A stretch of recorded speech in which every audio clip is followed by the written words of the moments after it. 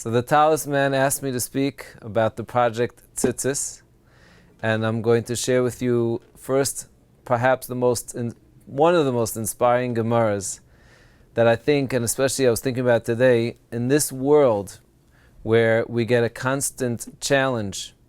And I have good friends of mine, they have an organization called Guard Your Eyes. And it's one of the, I would say, the challenge of this generation. Thousands of people are challenged with Shmiras Anayim, watching your eyes, making sure that we don't look in the wrong place. And there's many different methods that we could protect ourselves with. But here I have the talisman. He has the protection that Chazal already spoke about. What is that protection? So as you guessed, the talis, tzitzis. There's a Gemara in Maseches Menachos. I have to tell you, interesting, I was by Reb Chaim Kanievsky Shlita. So I went to share with him that we made a siyum, we finished Maseches Soita. So in his somewhat quizzical and his beautiful smile, he says, Bechina, which means, you ready for a test? So usually I say, I'm not going to take a test by Reb Chaim Kanievsky. This I said, yeah. So he goes, tzitzis. Tzitzis, I'm trying to think, rack my mind. Tzitzis, Yerushalmi Maseches Soita. I couldn't get it. Then I realized, okay, it was maybe a miscommunication, but I felt so much better. He goes, Menachos. I said, Menachos, there's no Yerushalmi in Menachos. Of course, he knows that. But it made me feel much better. There was no tzitzis being tested in Yerushalmi Soita. It was in Menachos. And what was he referring to? So at least I was able to say the daf. Daf Mem Daled in Maseches Menachos. I'm assuming that's what he was referring to. In Maseches Menachos, Chazal tell us that there was once a young man, a yeshiva boy.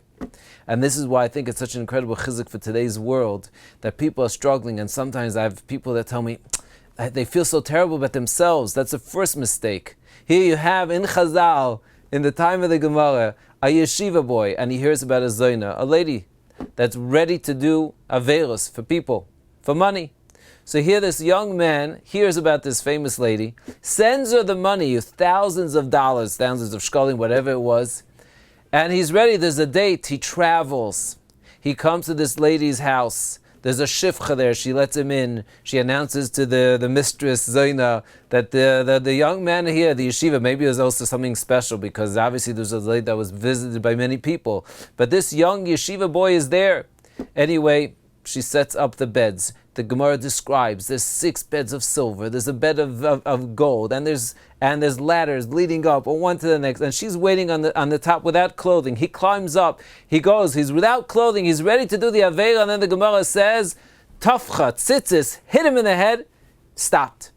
He goes down from the bed, sits on the floor. She's like stunned.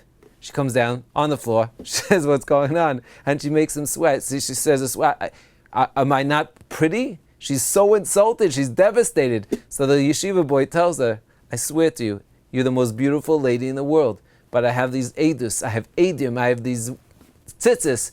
And therefore, it stopped me from doing this avera. I can't do it.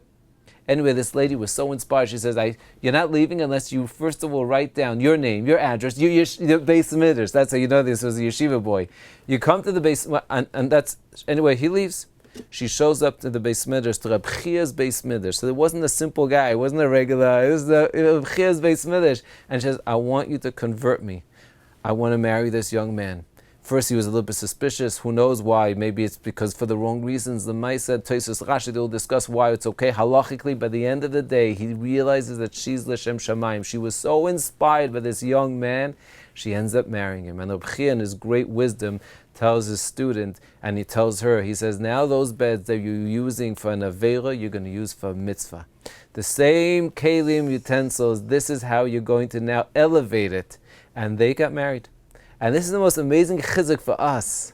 Tzitzis is the most amazing protection, Chazal are telling us. It saves a person from everything that people are trying to save themselves from. You got to speak to the talisman.